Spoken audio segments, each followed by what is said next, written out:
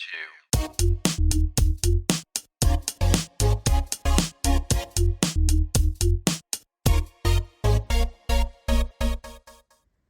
Oh, hey all, and welcome back. I have another number 57 Manhunter review for you all. This time, it is Grave Frog.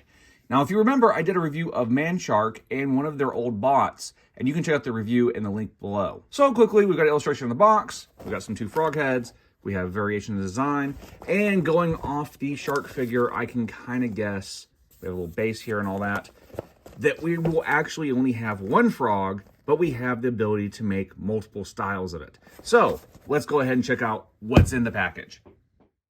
And as you can see here, we have a variety of runners. We have different parts to build up the different configurations of the frogs, as well as components for making bases. And here we have our first configuration fully assembled. And I will say this, compared to the other two kits, this one is probably the most fun to build. I'll show the other two kits here in a moment, but this really wasn't a complicated kit. It actually went pretty quick. The plastic was nice to cut with. I was pretty happy with it overall. Now, I do want to show this, but also give you guys a heads up for when you build it. So we've got this version here, and I went with this one because, one, I kind of accidentally built it to begin with because I should have gone through the instructions beforehand. But I also really dig the effect that the glass has. He's got his helmet on there in a way that just really makes sense. I think it looks good. I like how the light bends in there. I think that's really interesting. The plastic is a little bit different than the other kits of theirs I've built. It's a little bit harder, but I also think it is easier to cut and easier to deal with. Now, the thing I want to warn you guys about before we get into anything else is, as you can see here, we have different configurations. We have the ability to make different legs, different arms, different torso, and different heads. But there are reused pieces. And you can see here in the instructions, these are the components that are reused.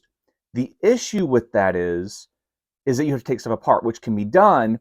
But honestly, if you're only going to go with one design, I would suggest go ahead and build it the way you want it the first time, just so you don't have to pry stuff apart.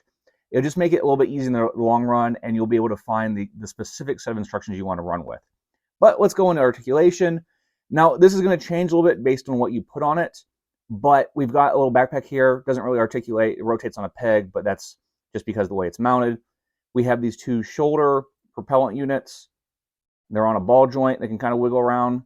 We have a shoulder that can move out, also on a ball joint, can rotate. Bicep swivel. Double hinged elbow, but the hands are so big, there's only so much you can do with that. And then the fingers have articulation. The way you build this is actually kind of clever, and these two fingers are linked, so they open and close together, and the thumb can move on its own. The hand doesn't have any rotation, at least on that hand. It does on this hand, and his little tail fell off. The tail is actually pretty cool. It's like a plug. But the tail does fall off pretty easily. You could probably glue that in there. We have race rotation on a ball joint, so you can kind of move it around. The back section where the head is actually on a ball joint. There's a couple millimeters of movement there, but it's not a lot. Nothing to really be concerned with. We have hip on a ball joint. Then we have rotation at the thigh. We have a double hinge knee. And I just popped the foot off. But the foot, as you can see, is on a ball joint.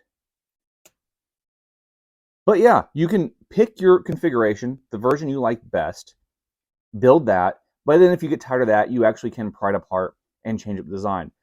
I kind of want multiples of these. Like, it's a little bit tempting with their kits just to get multiples because sure, you can make different versions if you want to take them apart, but I kind of would just like to have multiple sets to display, and I really wish I would pay a little bit more for the kits if you just got all the parts to make multiples of everything. I mean, that's what I would really rather have.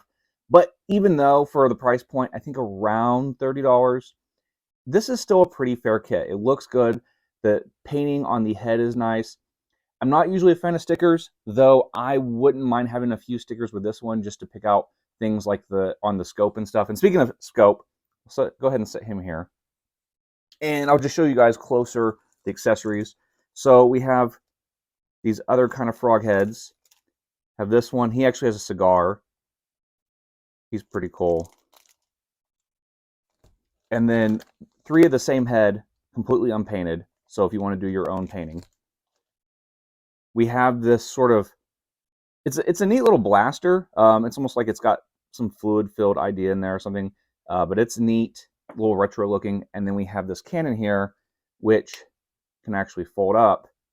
And you can have, just whatever kind of configurations you want to imagine. You can pop things out, you can put the weapon in its place. We have pegs here. I would have liked to have something where I can mount this here. And then lastly, we have the base, which is something they've included in all their figures that I've gotten so far. And it's just a nice display, something, it's not necessary, and it really doesn't, take away from the value even if it wasn't there. I think it's just something cool to have. Mine usually end up in storage anyway, but it's still pretty cool. But let's go on to comparisons. And so first, this is from their original line, where they're robots. This line's okay. The plastic's a little gummy. When you try to mess with it, they fall apart real easily. This is the most solid one out of all of them and easiest to deal with as far as concerned. And then here is the shark, which is a bit bigger. And it's the same price point, if I remember correctly. You do get a lot more with the shark. The model kit is a little bit more involved. The plastic is a little softer than on the frog kit. It's still nice, but it's just something to be aware of. Makes it a little bit trickier to cut and deal with, but it's not terrible. Nothing like this one. So I feel like as they've done their kits, they've gotten exceptionally better in their model design skills. But, out of the three, aesthetically, the shark's going to be my favorite and probably my most fun to switch up things because it has so many different configurations.